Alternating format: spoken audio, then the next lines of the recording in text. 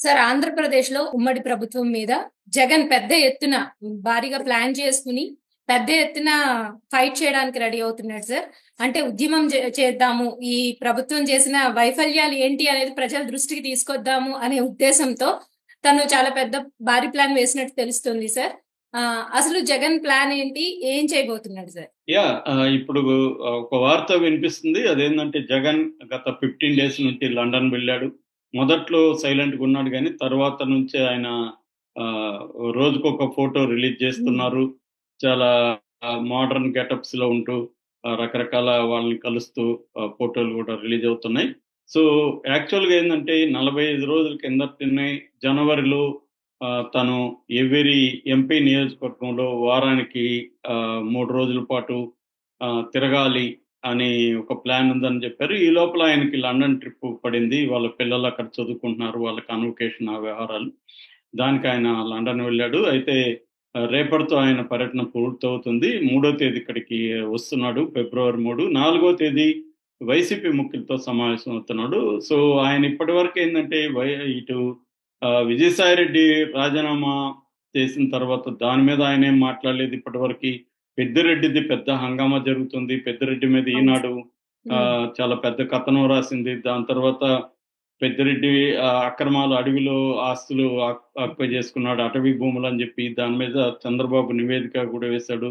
ఈ విషయం మీద గూడా మాట్లాడలేదు. అలాగే పథకాలు నేనివ్వలేను అని చంద్రబాబు చేతులెత్తేశాడు. డబ్బులు లేవు. డబ్బులొచ్చినప్పుడు ఇస్తాను.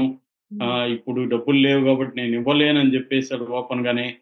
సో, ఇలాంటివి జరుగుతున్నప్పుడు ఇప్పటివరకు నోరు విప్పలేదు. సో, ఒక ప్లాన్ ప్రకారం జగన్ అటాక్ చేయాలి ఈ ప్రభుత్వాన్ని.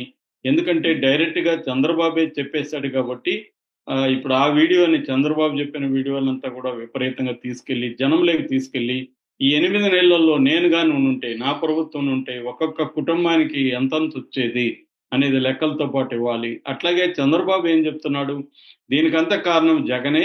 జగన్ గతంలో ఆర్థిక వ్యవస్థని సర్వనాశనం చేసిపోయాడు. అందుకే డబ్బులు లేవని. దానికి కూడా సమాధానం ఇవ్వాలనేది విత్ డేటా. హ్మ్.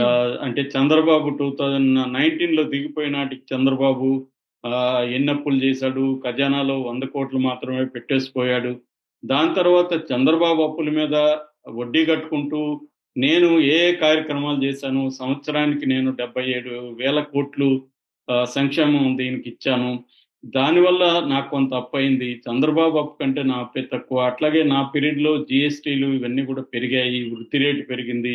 ఇవన్నీ జగన్ చెప్పాలని ఒక ప్లానేసుకుంటున్నట్టుగా తెలుస్తుంది. అలాగే ఆహ్, కేడర్‌లో గూడా ఒక ఉత్సాహం నింపాలి. ఎందుకంటే విజయసాయిరెడ్డిది పెద్ద షాక్ అని చెప్పాలి. అవును సార్. విజయసాయిరెడ్డి వెళ్ళిపోవడం అది గూడా వ్యక్తిగత కారణాలంటున్నారు. కన్‌ఫ్యూజన్‌లో ఉన్నారు. ఆ కన్‌ఫ్యూజన్ తీర్చేదానికి విజయసాయిరెడ్డి నాకేం జెప్పాడు? నేను విజయసాయిరెడ్డికి ఏం జెప్పాను? సో, దీనివల్ల మన పార్టీకి నష్టమా? లాభమా? దీన్ని ఎలా మనం ఎదుర్కోవాలి? ఇవన్నీ గూడా జగన్ చెప్పాలని ప్లాన్ చేస్తూ కేడర్‌కి ఆహ్, ద్వితీయ శ్రేణి నాయకత్వానికి చెప్పాలనే ఒక ప్లాన్ ఉంది. అలాగే ఆహ్, చంద్రబాబు ఇచ్చిన హామీలు వాటిని బలంగా తీసుకెళ్ళాలి. ముఖ్యంగా సూపర్ సిక్స్ పేరుతో ఆయన ఏమేమి చెప్పాం మహా సిక్స్ పేరుతో 18 ఏళ్ళు నిండిన ప్రతి ఆడబిడ్డకి నెలకి రూ. 1,500 జమ చేస్తానని, అట్లాగే తల్లికి వందనం పేరుతో ఒక తల్లికి ఎంతమంది పిల్లలుంటే అంతమందికి ఆ పిల్లలందరికీ 15,000 పర్ ఇయర్ వేస్తానని, అట్లాగే దీపం పథకం కింద సంవత్సరానికి ప్రతి ఇంటికి 3 గ్యాస్ సిలిండర్లు ఉచితంగా ఇస్తానని, అట్లాగే ఉచిత బస్సు సౌకర్యం కల్పిస్తామని, అట్లాగే అన్నదాత పథకం కింద రూ. 20,000 రైతుకు సంవత్సరానికి ఇస్తామని, అట్లాగే ప్రతి ఇంటికి కుళాయి ట్యాప్ కడతామని,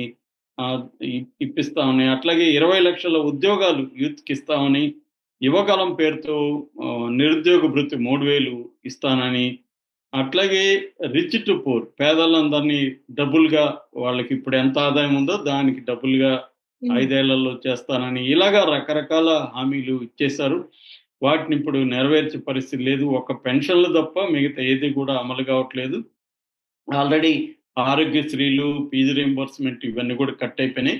అందుకని ప్రధానంగా జగన్ ఒకటి ఫీజు రింబర్స్ మీద ఆల్రెడీ మా ఫిబ్రవరి 3వ తేదీ ఆందోళనకు కూడా సిద్ధమయ్యారు. అయితే ఇప్పుడు జగన్ వచ్చినాక దాన్ని పోస్ట్‌పోన్ చేసుకొని, జగన్ వచ్చినాక ఒక ప్లాన్ ప్రకారం ఫీజు రింబర్స్‌మెంట్ మీద, తర్వాత ఉచిత బస్సు మీద, ఒక్కొక్క పథకం మీద ఎవరైతే ఇప్పుడు నష్టపోయారు కదా! ఇప్పుడు అవును సార్. ఒక తల్లికి కనీసం 15,000 వచ్చిండేది ప్రతి ఒక బిడ్డకైనా. అవును. ఇప్పుడేందంటే ఈ 15,000 రాలేదు. రైతులకి జగన్ 13,000 ఇస్తున్నాడు. ఇప్పుడు అది రాలేదు. 20,000 అన్నాడు ఈయన. ఈయనకి ఆశపడిపోయారు. అందువల్ల జగన్ ఏందంటే నేను పలావ్ ఇస్తున్నా మీకు, చంద్రబాబు బిర్యానీ ఇస్తానన్నాడు. మీరు బిర్యానీ దగ్గరికి పోయారు. బిర్యానీ లేదు, పలావ్ కూడా లేదు అన్న స్లోగన్‌తో వెళ్దాలనే ఒక ప్లాన్‌లో ఉన్నాడు. సో ఇది అంటే కూటమిలో కూడా ఆల్రెడీ కొంత గందరగోళం కనిపిస్తుంది. ఎందుకంటే ముఖ్యంగా పవన్ కళ్యాణ్ వర్సెస్ లోకేష్ అన్న ఒక ఇది బయటకొచ్చింది. అలాగే కూటమిలో కొంతమంది సీనియర్ నాయకులు లోకేష్ డిప్యూటీ సీఎం అవ్వడాన్ని కూడా వ్యతిరేకిస్తున్నారు. అంటే ఇంకొకటి ఏంటంటే గత కొంతకాలంగా మోడీ గాని, అమిత్ షా గాని పవన్ కళ్యాణ్‌కి ఎక్కువ ఇంపార్టెన్స్ ఉన్నారు. నిజానికి ఇవ్వాల్సింది చంద్రబాబు. చంద్రబాబు మద్దతు లేకపోతే అక్కడ మోడీ ప్రభుత్వం కష్టాల్లో ఉంటది. కానీ ఇక్కడ చూస్తే చంద్రబాబు అమరావతికి కొంత అప్పు తీసుకురాగలిగాడు. తర్వాత దీనికి విశాఖ ఉక్కుకి కొంత డబ్బులు తీసుకురాగలిగారు తప్ప ఈ పథకాలకు సంబంధించి ఏ రకమైన డబ్బులు తీసుకురావట్లేదు. అట్లాగే ఇక్కడ సంపద సృష్టిస్తాను నేనైతే అప్పుడు అడిగారు అందరూ, మీరు ఇంత ఎలా ఇస్తారు? జగన్ ఇచ్చిన దానికంటే మీరు జగన్ 77,000 కోట్లు ఇస్తేనే ఇంత అప్పులైతే మీరు 1,30,000 కోట్లు సంవత్సరానికి ఎక్కడి నుంచి తీసుకొస్తారని అడిగినప్పుడు, నేను సంపద సృష్టి చేసి తీసుకొస్తున్నాడు. 8 నెలలు అయిపోయింది. ఇప్పుడేమో ప్రతిదానికి జగన్ మీద ఎంతకాలం జగన్ మీద నువ్వు చెప్పుకుంటూ గడిపేస్తారు మీరు అన్న ఒక విమర్శలు అయితే ప్రజల్లో కూడా ఈ డిస్కషన్ మొదలైంది. అలాగే గవర్నెన్స్ కి సంబంధించి కూడా రెవెన్యూ డిపార్ట్మెంట్ ఇవి కానీ ఈ సచివాలయ ఉద్యోగుల్ని తగ్గించే పరిస్థితి కనిపిస్తా ఉంది. సో ఉద్యోగుల్లో కూడా ఒక అభద్రత భావం క్రియేట్ అయింది. సో చాలా చోట్ల సచివాలయాల్లో ఉద్యోగాల్ని మేము తగ్గించేస్తామని చెప్తున్నారు. అందువల్ల వాళ్ళు కూడా కొన్ని సంఘాలంతా కలిపి ఉద్యమానికి పిలిపిస్తున్నాయి. సో ఈ నేపథ్యంలో జగన్ కి ఇది రైట్ టైము. మనం ఇప్పుడు హనీమూన్ పీరియడ్ అయిపోయింది. ఇప్పుడు రైట్ టైం మనకి జనాలకి ఇప్పుడైతే మనం బలంగా వెళ్ళొచ్చు, మనకి ఎక్కడ పోయినా ఆదరణ లభిస్తుంది అన్న పద్ధతిలో వెళ్తున్నాడు. సో ఈ టైంలో ఒకవేళ అరెస్టులు చేసినా కూడా, వైసీపీ నాయకులను అరెస్టులు చేసినా కూడా అది కూడా మంచి మైలేజ్ వస్తుంది. అంటే మేము ప్రజల తరఫున పోరాడుతుంటే అక్రమ కేసులు పెట్టి అరెస్ట్ చేస్తున్నారు అన్నది బలంగా తీసుకెళ్లొచ్చు అన్న ధోరణితో జగన్ ప్లాన్ చేస్తున్నట్టుగా అర్థమవుతుంది. మరి దీన్ని చంద్రబాబు ఎట్లా ఎదుర్కొంటాడు? చంద్రబాబు కొంత ఇబ్బందికరమైన పరిస్థితి. ఎందుకంటే ఆల్రెడీ పవన్ కళ్యాణ్ పార్టీలో మన కూటమిలోనే ఉంటూ ఒక ఇబ్బందికరమైన వాతావరణాన్ని క్రియేట్ చేస్తున్నాడు.